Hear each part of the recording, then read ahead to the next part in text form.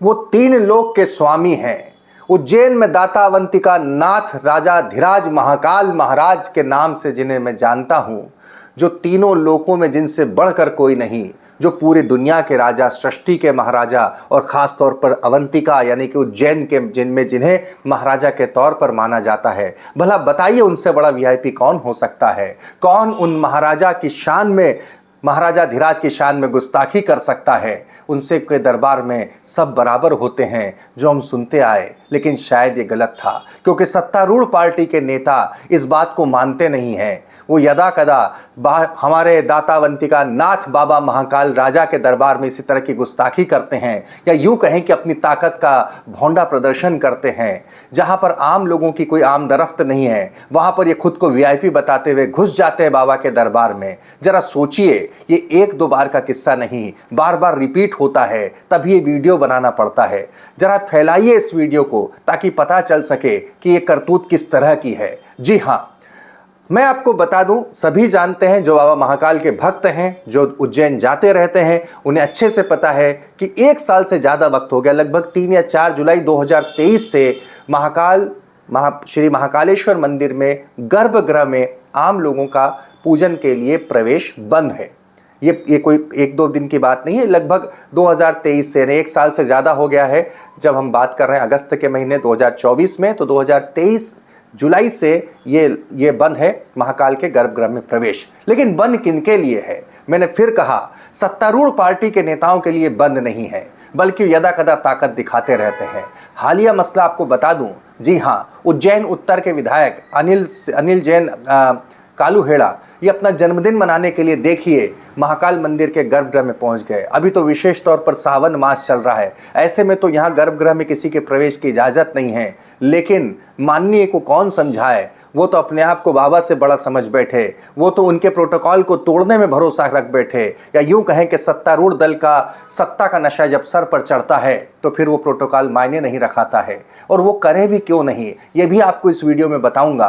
क्योंकि अगर उनकी ही पार्टी के उन बड़े नेता अगर ऐसी ही मिसाल लगातार बनाते आएंगे तो फिर ऐसा तो होगा ही। लेकिन जरा सोचिए, उस दौरान मौजूद या इस दृश्य के साक्षी बनने वाले उन हजारों बाबा के भक्तों के दिल पर क्या बीतती होगी, जिन्हें यह कह दिया जाता है कि महाकाल मंदिर के गर्भगृह में प्रवेश निषिद्ध है। ऐसे में अपनी ताकत दिखाते हुए सत्तारूढ़ पार्टी के नेता भीतर घुसते हैं, जबरदस्ती बाबा के प्रोटोकॉल को तोड़ते हैं और वहां पर जाकर भीतर गर्भगृह में पूजा अर्चना करते हैं। जी हाँ, हम आगे बढ़े उससे पहले परिचय दे दूं, मैं हूं भुवनेश सेंगर। बहुत बेबाकी से अपनी बात रखते हैं, छोटी सी गुजारिश करते हैं, द लपेटा को जरूर सब्सक्राइब कीजिए।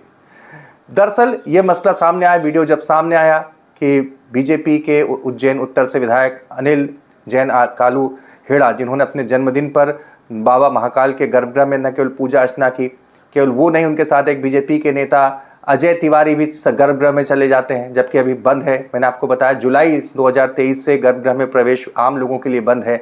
लेकिन सवाल यहाँ यही उठता है कि वो आम लोगों के लिए ही तो बंद है ना, ये खास जो बंद बैठे हैं बाबा के महाकाल में जाने वाले, इनका कोई क्या करे? क्योंकि ये बात केवल यही नहीं है, ये प्रश्न और इसके पहले भी उठा था। जी हाँ, ये जुलाई में ही, इसी साल जुलाई में भी ये प्रश्न तब उठता है जब बीजेपी के मध्य प्रदेश के प्रभारी, यूपी के नेता महेंद्र सिंह, यूपी के विधायक हैं महेंद्र सिंह जो हैं, वो आते हैं उज्जैन सपरिवार सपत्नी की। ये भी तस्वीरें देख लीजिए, 9 जुलाई की है इसी साल की।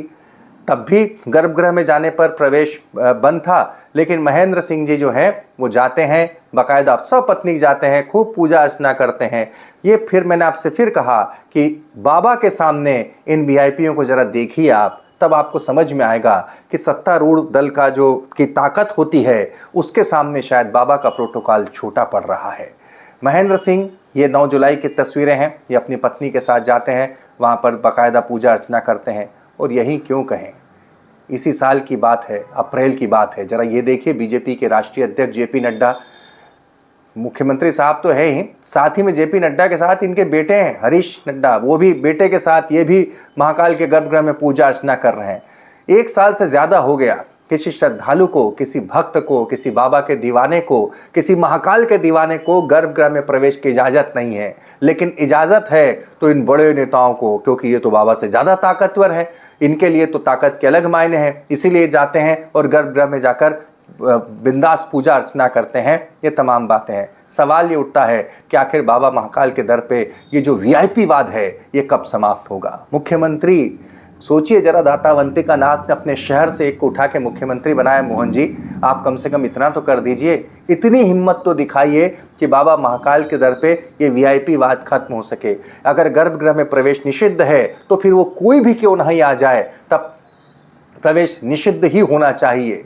मुझे अच्छे से याद है जब मैं 2004 के सिंहस्थ के दौरान उज्जैन में रहा था, वहाँ पर कवरेज के दौरान, तब एक किस्सा वहाँ हर कोई सुनाता था कि इंदिरा गांधी प्रधानमंत्री थी। इसमें से कितनी सच्चाई है मैं नहीं कहता, लेकिन वहाँ पर एक जो कि महानिर्वाणी अखाड़े की गादी है और एक नागा साधु ने, इंदिरा गांधी ने जब जिद की थी, देश की प्रधानमंत्री थी, सबसे ताकतवर थी, लेकिन उन्होंने जिद की थी कि भस्म आरती देखने की, तब उन्होंने उससे इनकार कर दिया था। और इसके बाद भले उन्होंने वहाँ से निर्वासन झेल लिया, लेकिन उन नागा साधु ने इनकार कर दिया था। ये महाकाल की परंपरा है, लेकिन इस परंपरा को लगता है कि अब नेता नगरी ने बदल कर रख दिया है, तभी तो अब यहाँ वीआईपी वाद इस कदर से हावी हो चुका है। ऐसे में यहाँ पर आने वाले हजारों लाखों भक्तों के हृदय पर क्या बीतती होगी, इसका अंदाज़ा सहज ही लगाया जा सकता है। शेयर कीजिएगा इस लिंक को ज़्यादा से ज़्यादा, ताकि पहुँचे हर भक्त तक, हर महाकाल के भक्त तक पहुँचे, मुख्यमंत्री तक पहुँचे, और हो सकता है कि उनका ज़मीर जाग उठे कि हम उज्जैन के ही रहने वाले हैं। कम से कम इतना तो कर दीजिए कि इस बाबा महाकाल की नगरी में, जो कि तीनों लोगों के सरकार हैं, वहाँ पर किसी दूसरे की कोई ताकत न चले, वहाँ पर किसी तुच्छ मनुष्य का कोई राजनीतिक रसूख काम न आए। जो कुछ हो बाबा के दरबार में सबके लिए एक सरीका हो, एक समान हो।